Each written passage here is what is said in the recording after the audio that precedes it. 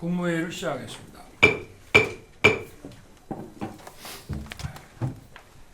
지난주 중앙아시아의 투르크메니스탄, 카자흐스탄, 우즈베키스탄을 국빈 방문하고 일요일 새벽에 귀국했습니다.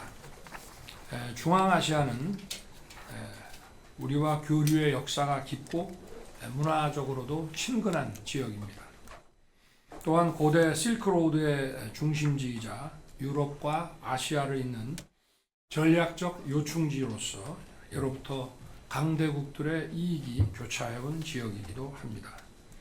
특히 최근 우크라이나 전쟁과 중동 정세 불안의 여파로 에너지, 식량 안보와 공급망 위기가 가중되면서 풍부한 천연자원과 발전 잠재력을 토대로 빠르게 성장하고 있는 중앙아시아의 지정학적, 지경학적 중요성이 날로 커지고 있습니다. 정부는 이번 순방에 앞서서 대한민국 최초의 중앙아시아 특화 외교 전략인 한중앙아시아 K-실크로드 협력 부상을 발표했습니다. 중앙아시아의 모든 정상들은 동행, 융합, 창조의 협력 원칙을 바탕으로 하는 우리의 K-실크로드 이니셔티브를 적극 환영했습니다. 그리고 영내와 국제사회의 평화와 번영을 위해 대한민국과 긴밀히 협력해 나가겠다는 확고한 의지를 밝혔습니다. 아울러 이번 순방을 통해 우리 정부는 중앙아시아 지역의 핵심 3개국과 광물자원, 에너지, 인프라 중심의 전략적 파트너십을 공고히 구축하고 구체적인 성과도 이끌어냈습니다.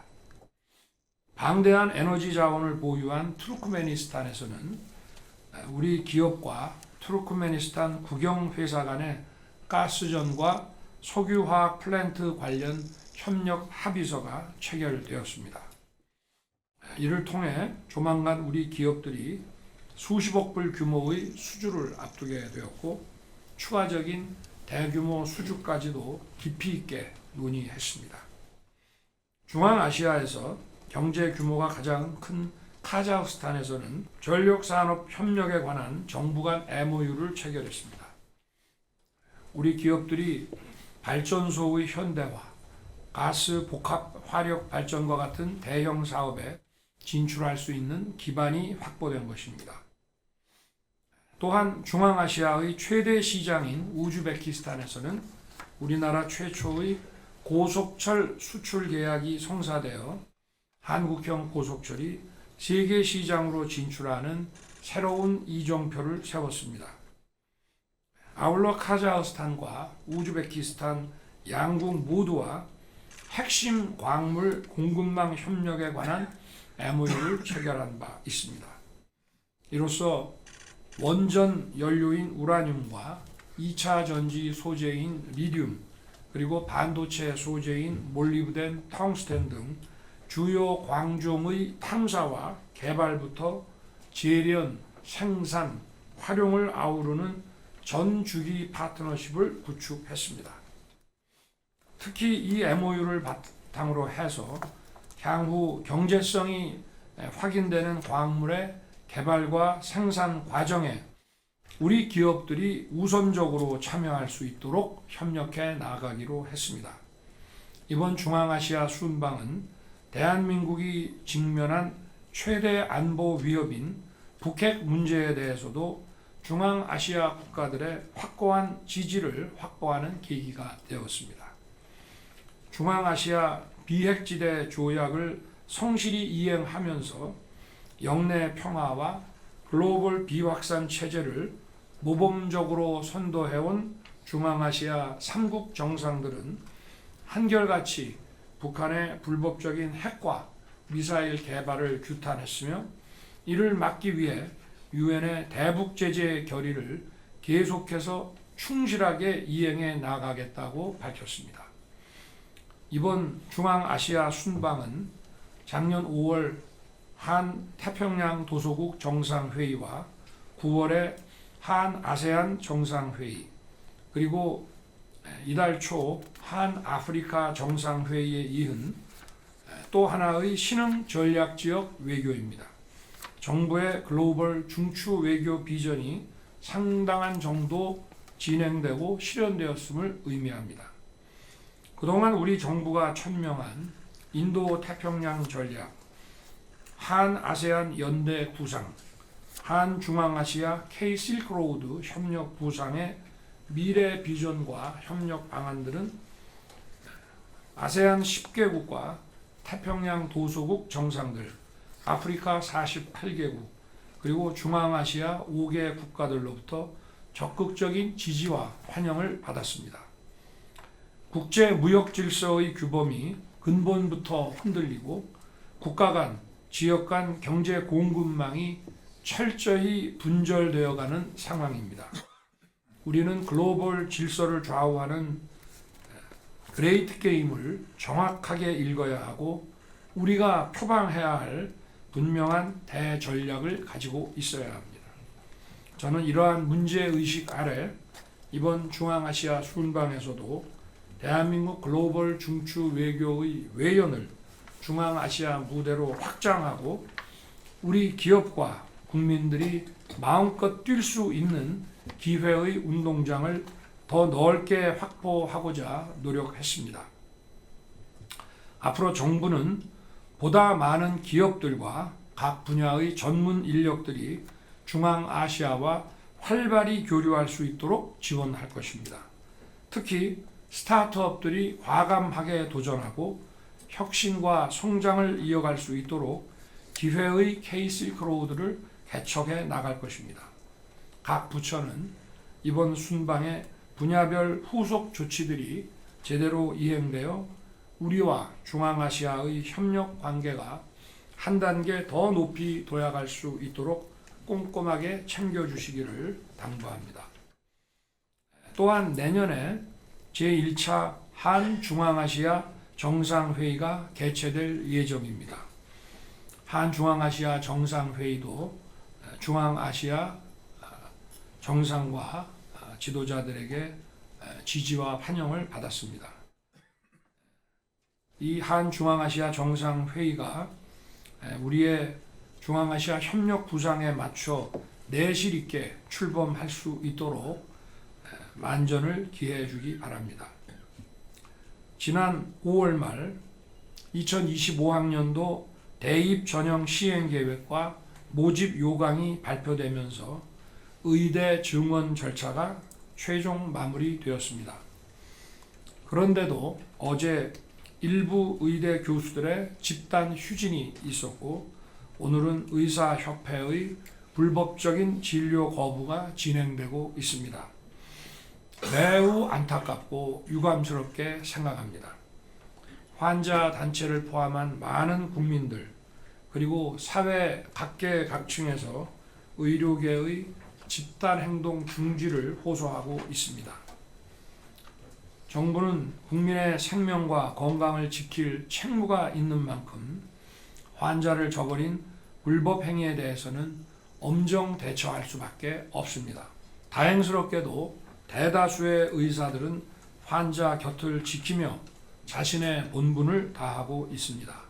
특히 분만을 앞둔 산모의 마음을 헤아려 병원을 지키고 계신 의사들, 아픈 아이들과 고통받는 환자를 위해 청진기를 벗지 않겠다고 선언하신 의사분들이 계십니다. 환자의 손을 놓지 않고 계신 의료진 여러분께 존경과 감사의 말씀을 드립니다. 생명을 살리는 사명과 책임을 다하는 여러분이 바로 우리나라 의료의 주춧돌입니다. 정부는 지역 필수 의료를 바로 세우고 의료 시스템 자체를 근본적으로 혁신하는 의료 개혁에 흔들림 없이 매진해 나갈 것입니다. 진정한 의료 개혁을 이루려면 무엇보다 의료 현장의 의견이 중요하고 의료계의 참여가 필요합니다. 국민이 동의하지 않고 실현도 불가능한 주장을 고집하면 모두가 피해자가 될 수밖에 없습니다. 환자의 생명과 건강을 위협하는 극단적인 방식이 아니라 사회적 협의체인 의료개혁 특위에 참여해 의견을 내주시기를 바랍니다. 의대생과 전공의 여러분께도 호소합니다. 여러분은 대한민국의 미래 의료를 책임질 주역입니다. 여러분의 존재 이유인 환자들의 고통과 아픔을 저버리는 집단 행동은 개인적으로도 국가적으로도 바람직하지 않습니다. 정부는 여러분이 학업과 수련을 제대로 이어갈 수 있도록 필요한 모든 조치를 다할 것입니다. 이제라도 복귀해서 의견을 내면 그 목소리를 경청하고 길을 찾겠습니다. 보건복지부는 의료 현장의 혼란으로 국민들께서 불안해하시지 않도록 지방자치단체와 협력해서 비상진료 체계를 다시 한번 철저하게 점검해 주기 바랍니다. 또한 의료계와 협력을 이끌어낼 방안을 고민하여 의료개혁 과제가 본격적으로 실현될 수 있도록 속도감 있게 추진해 주기 바랍니다. 저와 정부는 국민과 미래를 위한 의료개혁을 완수하기 위해 마지막까지 최선을 다할 것입니다. 지난 6월 12일 전북 부안에서 규모 4.8의 강한 지진이 발생했습니다. 특히 이번 지진은 그동안 강진이 없었던 호남 지역에서 발생했고 지진 전문가들조차 어떤 단층에서 발생한 지진인지 제대로 진단하지 못하고 있습니다. 이제 우리나라 어느 곳도 지진 안전지대가 아닙니다. 행정안전부를 비롯한 관계기관은 전국적인 단층 조사를 포함하여 다각적인 대책을 서둘러 마련해 주기 바랍니다. 이번 지진으로 인해 인명피해는 없었지만 500여 곳 이상에서 건물의 벽체 균열과 같은 재산 피해가 발생했습니다. 주택을 비롯한 피해 시설에 신속한 복구 지원에 최선을 다해 피해 주민들의 불편을 최소화해 주기 바랍니다. 이달 말부터 본격적인 장마가 시작됩니다. 지난 몇 년간 기상이변으로 인해 수해, 폭염 피해가 커지고 있는 만큼 더욱 선제적으로 철저하게 대비 태세를 갖춰주기 바랍니다. 산사태 취약 지역이나 하천 제방과 같이 피해 가능성이 조금이라도 있는 곳은 사전에 면밀하게 점검하고 반지하주택 물막이판 보급을 비롯해서 취약시설에 대한 예방조치도 빈틈없이 해주기 바랍니다.